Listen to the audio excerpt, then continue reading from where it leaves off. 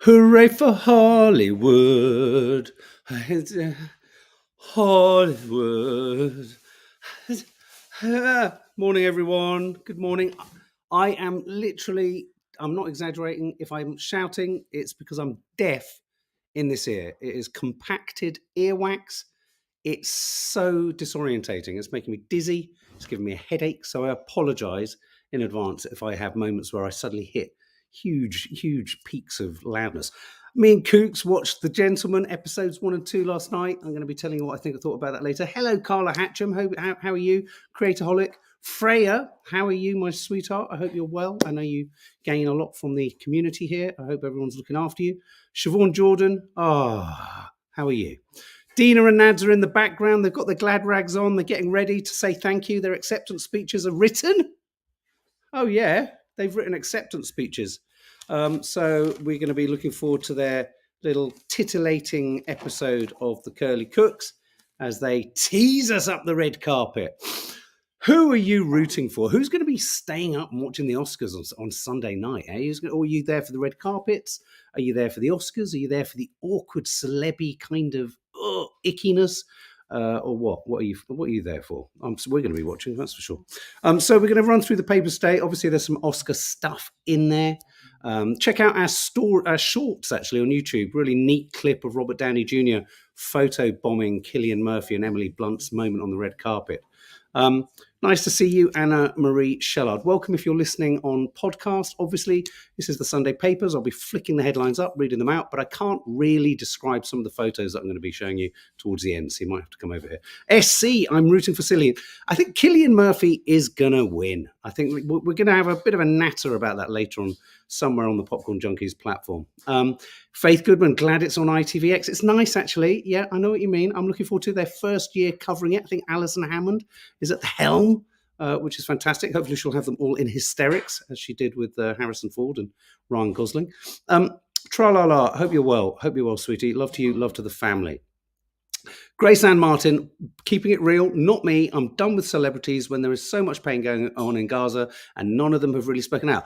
Interesting and really strong point there, really well made. I would say that of all the films that are in the Oscars at the moment, where there's a kind of a weight of sympathy and articulated sympathy for the Palestinian cause, I would say Poor Things is that film, with Mark Ruffalo, Emma Stone, and Yorgos Lanthimos, the director. If you haven't seen it, please see it. It's saucy, it's sexy, it's mad, it's Lisbon. The costumes are sensational, the set design is fantastic.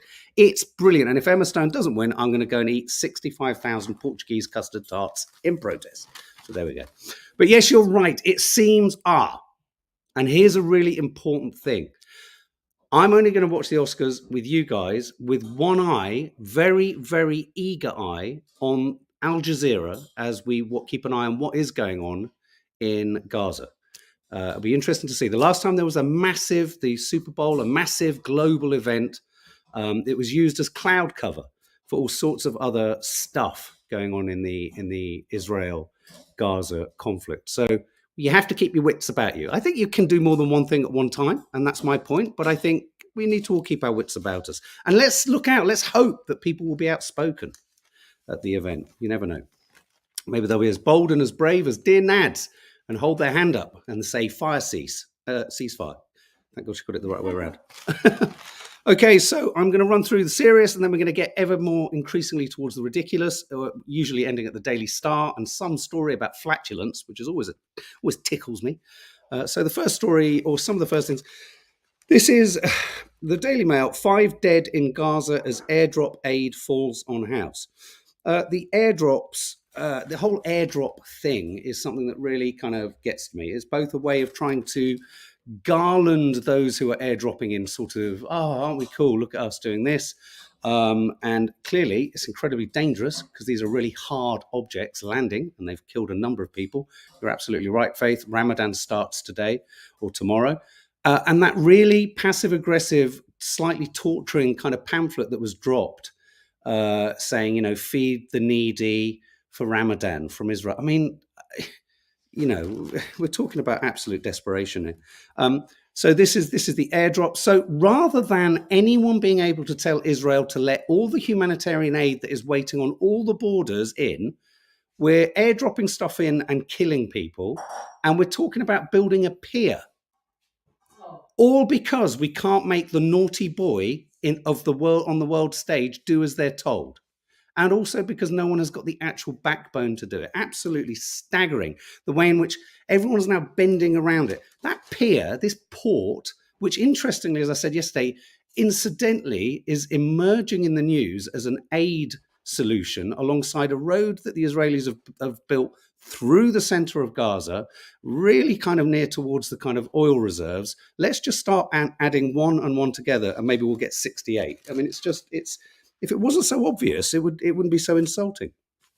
Now, yesterday we also talked about the big news story. Yesterday was the idea that London has become a no-go zone for Jewish people. Really refreshing, and thank God there's some nuance here. It's a kind of, I had to sort of do it like a ransom note. This headline: "No-go zone is fiction," says Rabbi. This is really important. Rabbi Herschel Gluck, in the Neighborhood Watch Group in Stamford Hill, said that they were disturbed by the government's advisor saying that it's a no-go area. It's like saying the earth is flat. It has nothing to do with reality. To say there are no-go zones in London for Jews is total and utter fiction. And they make a really nuanced point, which seems to be devoid and unable, and no one seems able to have grey thinking. It's all fucking stupid, lurching thinking. They made the point, look, if you're Jewish or Israeli and you're near a march, yes, you're going to have a sensibility or a sense that, people aren't happy. But that's different to a no-go area. That's different to, not being able to move around the city. And as I said to someone who was on the live yesterday, everyone who's feeling that has to ask themselves some really, really honest questions. Are you feeling this because of your genuine experience? Have you been on the marches? Have you been there? Have you been targeted? Have you been attacked? Or are you saying this because the press has manipulated us all into thinking this is the case? The only mob rule I've seen generated in this whole crisis was by Suella Braverman. It's the only time mobs started to descend on central London. So I just wanted to flag that up. Again, always refreshing. And that was reported in the Times about a rabbi saying, this is hysteria. This is a fiction. This is a nonsense. This is not real. This is a self-fulfilling prophecy. Because if you say this stuff and stick it out there all the time, people who have no experience of something, it's like when people, do you remember years and years ago, Scorsese made a film called The Last Temptation of Christ? I remember going to film all the protesters. I was staggered. I was a spotty teenager making some stupid little documentary. And I went up to someone and said, have you seen it? And they said, no. And I was like, well, how do you know it's offensive? Because I heard it is. Oh, come on. How much of that is going on? This headline makes me laugh. I don't know why, but Gillian Keegan, as a Conservative education minister, look, I'm not a fan. We know that, but I like the cut of her jib. She was the one who said, "Do we never get any fucking thank yous when we get something right?" And then she said today, I love this. If it was up to me, I'd punch an Ofsted inspector in the face. Oh, no. So Gillian Keegan has been accused of making light of violence after joking that she might punch Ofsted inspectors. Now, look, no one is suggesting anyone should go around punching Ofsted inspectors. No one's saying that. Not at all. We're not promoting that. We're not advocating it. But, and of course, this is all off the back of the tragic suicide of the head teacher, Ruth Perry. But I think it's refreshing when you get, I tell you where the future of politics has to lie. And this speaks to the George Galloway phenomenon. We need real language from real people, not extremism, just real language. None of this governmental party political bollocks speak. It's just scrotum chat otherwise, you know what I mean? On the front of the Daily Mail, they've brought Meghan up again. Meghan and Harry have employed a PR team to improve their profile. I think, Sharon Osbourne gave us a little insight into how they go down in LA at the moment. But anyway, Meghan says, and this is true, this always strikes me as strange. This is not about Meghan, this is about what she says. She says, Meghan, most of the hatred I got online was when I was pregnant. And she, on International Women's Day, was talking about the fact that why is it that so many women attack so many other women, and why is it that women want to pull other women down? It's strange. No, but she's saying her truth, her experience was that it was mostly women who attacked her. We had Emily Atack on yesterday on Loose Women. Oh, come on in. I absolutely love her, and she's pregnant, and she's had the most hateful messages, mostly from men. Oh, right. So depends on who you are then, is that what you're saying? Well, I don't think we should be dividing it into men and women. I think it's just people. It's like it's another way of tearing down women, isn't it? There are horrible men and there are horrible women. And it's not your gender. Fair dues. The woman hath spoken. The woman hath said it. Kate's uncle Gary is the first to be kicked out of Big Brother. Gary's gone. Well, that was short-lived, wasn't it? And I guess the royal family are breathing a huge sigh of relief. Did anyone like Gary? Did anyone get a sense of did Gary achieve what he set out to do, which was he wanted to prove that he was more than what people think he was? I didn't know what he was, so I had no idea. But he wanted to prove that he was much more of a something or other than he was. Did he? Did he do it? Did he do it? Tanya Bartlett. I liked Gary. Gary Goldsmith. This is Princess Kate's uncle, who was in the Big Brother house. No, he was boring, says Clodagh. Good. Shouldn't have gone in the first place. Ashley, speaking harsh and firm there. Ash, hope you're well. Oh, was he? Is he a domestic violence? I thought I saw something. I didn't realise that was about him. Now, of course, it's both good and it's both bad. This next kind of trend, I think, that's happening. You know, obviously the post office scandal, brilliant. You know, that it kicked up the dust and a drama, the power of drama, that a drama could do that. We've talked a little bit about Esther Rantzen.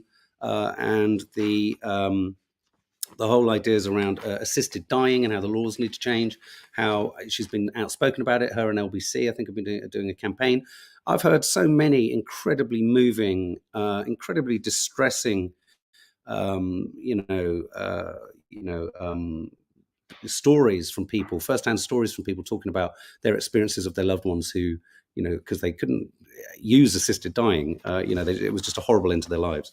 But this is a piece in the Mirror about a story, a suicide pact gone wrong, the ordeal of a murder trial and the hope that this drama can change the law. And I think there's this idea, and I think this is where drama can intercept social kind of change, which is, I like that. You know, sometimes you can keep making documentaries and they just make no difference. And actually it takes a drama, the strength of art to kind of get into these things. But this is a family, when terminally ill Dennis Eccleston decided he wanted to end his life, his wife Mavis chose to join him in a suicide pact, but she survived and she later stood for murder, trial for murder. Oh, God. So a script has been written about this, and Dame Esther Rantzen, who's campaigning, has picked up this story, and you know, again, and I think this would be, in a weird way, I think ITV were trying to do something. Was it ITV were trying to do something similarly with the COVID crisis? Is it called Breathless or Breathtaking or something? The new drama. I think this could have a real impact. I think this is the kind of drama that really will, you know, potentially change government policy and all that kind of stuff. So I think that would be really important. Mary Dolling, it's your birthday today, and you're 68. Happy birthday, Mary. When we go on to the Curly Cooks, tell us again over there, Antina, and we'll sing you happy birthday from the red carpet. We should maybe get a red towel, couldn't we? Could put a red towel on the floor. Okay, next story is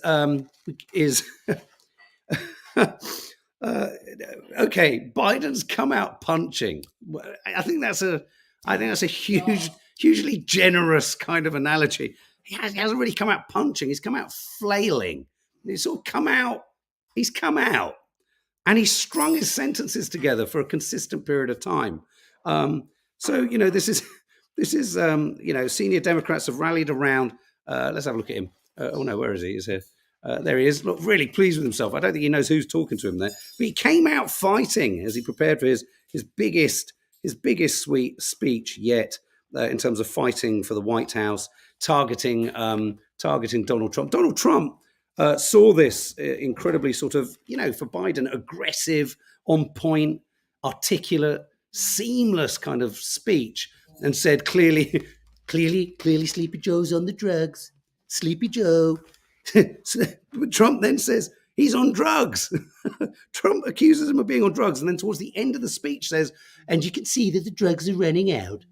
I mean, this election battle is going to be manna from heaven. I think the only way we can approach the American election, with huge respect to all of our American followers, is with a heavy dosage of humor and silliness, because it's quite remarkable. There he is, giving it some. Kamala Harris is just like, thank God, he's pointing and he's shaking his fists.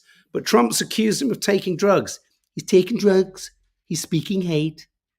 He's a man who doesn't know what he's doing. Poor old Sleepy Joe. And yeah, so Donald Trump isn't impressed. I'm misspeaking now. Biden hits back at critics in fiery speech, but Trump accuses him of being on drugs. Just gonna move this story on. Now, Matthew Perry. It's the Oscars, and as you probably all know, at most award ceremonies, there's always in memoriam, isn't there? There's the BAFTAs, those who've died in the film business, the TV business. Dear old Kate Beckinsale had a bit of a battle with BAFTA to get her stepfather acknowledged and recognised. I believe he is going to be remembered at the TV BAFTA Awards this year or later this year. But a similar thing has kicked in for Matthew Perry, where there's friends and family are saying, please don't snub Matthew Perry at the Oscars. It was his dream. Now, of course, he's most famous for his televisual role in Friends. He did make a few films, and so strictly speaking, he was a movie star too. So I think there's a real sort of campaign to make sure that he is in memoriam too at the Oscars. So don't snub Matthew. It was his long-term desire to be acknowledged. My impression's a bit off today. I can't hear myself, literally. Cops chase boy 11 driving BMW towing stolen caravan on M1. The police were stunned when they found a boy aged 11 towing a stolen caravan. Its owners called the cops when they saw it being hauled away. 45 minutes later, the police stopped a black BMW with cloned car plates, and driving it was an 11-year-old. My God. 11. Get your head around that. They say that kids aren't drinking as much, but it looks like hundreds of them are smoking. I have to say, I've noticed this. Lots and lots of youngsters thinking it's really cool to smoke rollies. Smoking is being taken up by 350 young adults in the UK every day. Since proposed laws to stamp out the habit were announced in November, 42,500 Britons aged 18 to 25 have started to smoke. Do you know any youngsters? I still to this day can't believe I smoked and I had asthma and I had double pneumonia as a kid. What an absolute twonk. Siobhan Jordan, yes, smoking is definitely on the up, would you say? Yeah. Grace Ann Martin, yeah, for sure. Biden has definitely been given something as the change in speech is drastic. I think Biden was given an adrenaline injection. I don't know if you've ever seen the footage of Keith Moon, drummer of The Who. He passed out or I think he had a cardiac arrest or something whilst drumming. And someone walked on and gave him a huge jab of adrenaline. And you see him leap up back into life and start smashing the drums again. It's kind of what happened with Biden. So I think they're going to inject him to victory, basically. Battle of the social media giants. Instagram beats TikTok to be the world's most downloaded app. Instagram has overtaken TikTok as their copycat video feature Reels, which was a shameless ripoff of TikTok, has actually overtaken TikTok. The photo video sharing app soared in popularity after its launch in 2010. Instagram's launch in 2020 of a short-form video has boosted Instagram. Such a shame that they're shadow banning everyone who says free Palestine then, isn't it? So-called free, so-called Palestinian-leaning social media platforms? I don't think. Who's a fan of Casualty? I've never really been a fan of Casualty. Crew told just 2 more series. It's set to finish on the 40th anniversary. More and more drama casualties are coming. There's a load of photos on the right here of major actors who've been in it. David Williams, Martin Freeman, Tom Hiddleston. Kate Winslet, Minnie Driver. It's one of those things like Casualty are a little bit like, fringe theatre. It's where actors cut their teeth. It's where I must admit, the formula of person encountering disastrous accident followed by calling in the 999, it became so, I don't know. I just found it very eggy, but each unto their own. Train axing on up. More than 1,000 trains are cancelled every day in the UK. Rail data shows an average of 1,062 cancellations every day from November the 12th to February the 3rd this year. What a load of old shit. Hey? Who fills the dishwasher in your house? Dishwasher, man. Dishwasher psychology. Does anyone here use a dishwasher? I single-handedly prefer, I'm not saying I do it all the time, but I prefer hand washing. But who's a dishwasher addict here? Because I hereby declare I have the right way to fill a dishwasher. Oh, bless you. And I have the wrong way to fill a dishwasher. Great, Oleg. You only put them on at night. As is the loudest fucking dishwasher on the planet now. Okay, so here's the thing. Let's have a look at bad. This is how you shouldn't stack your dishwasher. Plates haphazardly, cups facing sideways or upright because they just gather water, and overfill with dinner plates. Wooden items that swell and retain water. You shouldn't put wooden items in. Cutlery basket that has more than one item in each compartment. But this is the right way to do it, which is the reverse of all of those, really. A little bit more space between the plates. All of your cutlery, I don't know why I'm doing this in a kind of fucking mindful voice. All of your cutlery pointing in the air, just like they just don't care, that kind of thing. There you go. I'm editing as I go. Oh, what's that? Oh, where have I gone? A glittering future for dumped. Did anyone hear about the guinea pig that was dumped in the centre of London? Wasn't it found at a train station? Alone authority. He was discovered last month at Canning Town. He was abandoned near Canning Town Underground Station.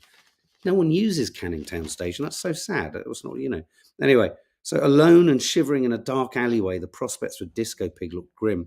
But after an appeal that captured the public's imagination, things are looking up for the Abyssinian guinea pig. Oh, there's been an influx of interest. I like guinea pigs, but I have to say, I've tried having a conversation with a few, and they're a bit boring. They look at you in one way. That doesn't mean you want them abandoned, but they're like, I mean, it's not an awful. In fact, guinea pigs have the same amount of life going on behind their eyes as Keir Starmer does, which is not much, really. I mean, there really isn't. I looked at Keir Starmer's face for a long time the other day. It frightened me. Fast food lovers flip over the cost of a Five Guys burger. Could have told them. A burger and fries is the staple of American cuisine, but a receipt for one person's meal costs the equivalent of nearly £19. £19 for a Five Guys burger. It is ridiculous when you walk in there now. So the base rate is something like, say you want a double cheeseburger, a double burger, and you have to put all your bits on. It's something like £13 from the get-go. Then you add a bit of mayonnaise. Then you add a bit of mayonnaise. It's another pound. Then you add, and so when they don't even make. It's not even a burger you're buying. You're buying a burger DIY kit, and you're saying to them, "Yeah, I'll have all the bits that should have come in this price." And they go, "Oh, well, we'll only charge you 50p for that bit." It's ridiculous. This makes me laugh. Google's new Eco HQ can't get Wi-Fi. Tech titan Google staff have to work at cafes because their eco-friendly building can't do Wi-Fi. Oh my God. Google hasn't got Wi-Fi. Cooking a big Hawksmoor steak. Oh, flipping out. Push your face against that. You get a nice look. Oh, mate, it was so nice to see lovely Ray Winstone on the box again last night. Eau de kebab. We're moving into the proper stories. Day at Darts, Ace, Luke paves way for new perfume and soap. Is this because they're all farting at the Oki? Everyone asks. Kebab-loving darts sensation Luke Littler hopes to trademark his The Nuke nickname so he can use it on a brand of perfume.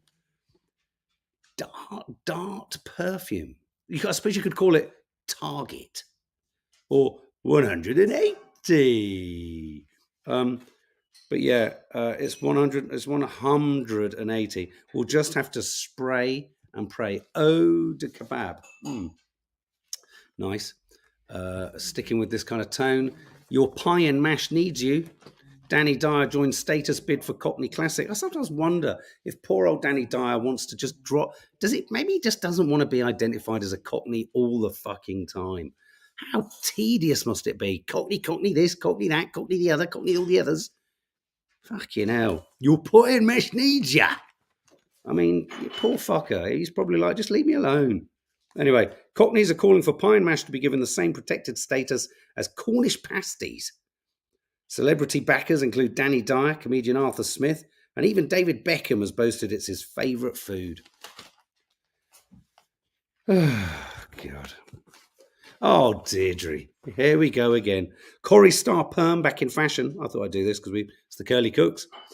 Corrie icon Deirdre Barlow lives on as her perm is back in fashion. Is it back in fashion? Is it? I don't know. But here's some others. Dolly Parton, Kevin Keegan, Kylie Minogue. None of those names feel particularly recent. The only one that they're kind of referring to there is Emily Ratajkowski. I can never pronounce her surname. So yeah, there's that. Cat smiling. What's her name? Cat Deely. Cat Deely is smiling because she's just been flown into toast this morning. Ah, good on her. So of course every paper's running with the cat that's got the cream. Of course they are. Oscar's gift bag has the meow factor. Of course, we're all wondering what's going to win what. Oppenheimer's probably going to win everything. But look, celebs get in the Oscars bag. They get 3 holidays, £700 of skincare, and cat food. A 7-day holistic wellness retreat from the Golden Door, priced at £10,000 a week. The kitchen wine cooler, priced at £1,500. A Schwank portable infrared grill. A full line of Miage ultra luxury transformative skincare products. Oh wow! All-inclusive luxurious Swiss getaway from Chalet Zermatt's Peak. Feels offensive, and is offensive in the current climate. Apparently, Ryan Gosling is going to be on stage dancing with a load of other Kens. I don't know what you think about the idea that for all of Barbie's politics and messaging, it seems to be that only Ken is the thing that everyone wants. On the red carpet, they say that vintage dresses are going to steal the show. We'll be looking at the red carpet. But we've all been waiting for this, really. We want to get to the front page of the Daily Star. And what is the Daily Star banging on about today? End of the beer belly. Men can lose their beer bellies by eating just 800 calories for 5 days a month, they say. But then they say, read the small print at the bottom. All you have to do is have cucumber smoothies, avocado, scrambled tofu with spinach, cabbage burgers, sweet and sour sardines, nettle gnocchi, baked pumpkin and cauliflower. And they say, frankly, we'd sooner look like Homer Simpson. I mean, the Daily Star literally lives in its own little kind of bubble, doesn't it? Look at him. For those of you listening, you won't know what I'm talking about. An incredibly sweet photograph of a tiny little lion cub baring its teeth. Catherine Jones, that's a really good question. Why do people who are already rich get expensive things for free? It's wrong. Explanation for that. Nice and simple. It's about promotion. Yeah. I think it's all about profile. What you have to imagine is that those famous people to the company in question are a vehicle, like a van driving around selling a great big advert. It's that kind of. But yeah, so all those organisations that put those things in the bags, when the people go to those things, there'll be photographs taken, all that. But I get what you mean. I love the way the Daily Star deals with global disaster. Giant ice cube spells doom. Kind of takes the heat out of it, though, doesn't it? It's like when you look at it as a giant ice cube that's going to take us all out, you think, okay, all right, it's a giant ice cube. Crufts this week. Crufts. And look at that. That is a dog jumping for heaven. Why do poodles jump? I think poodles. Okay, I've asked the question. Then I've asked another question. Then I've tried to answer it. Clearly my ADHD is in full effect today. So why do poodles jump? And then I was about to say, probably because they have to jump through water, don't they? It was International Women's Day yesterday. There's Kylie Minogue and Madonna. Look at this cat. I love this cat. This cat makes me smile. This is Fidya, a 4-year-old cross-eyed cat who now has 311,000 followers on Instagram. Going back to your thing about why do famous rich people get free things, this cat will probably get a brand now, and so yeah, even he's going to get an Oscar bag. Look at that. How can you fail to smile looking into that face? I just, you know, that moment in the Aristocats. Is it the Aristocats or when the snake? Oh no, it's Jungle Book. When the snakes do the thing and they go fall into the right. Look, just look into his eyes. Look into his eyes. Look into that one's eyes. Look at that. How cute is that? That's Effie. A Western lowland gorilla cradling her 3-week-old baby at London Zoo. How sweet are they? And there you have it, guys. There's your Saturday papers. Okay, so as I say, in 10 minutes, we're going over to the Curly Cooks. It's 10 to 11. It'll probably be 10 past. So in 20 minutes or so, we'll be heading over to the Curly Cooks, where we're going to get a bit of shazza bang, a little bit of Hollywood sparkle and spankle, a little bit of all that kind of stuff. Anyway, guys, have a lovely morning. See you on the other side of whatever this gap in time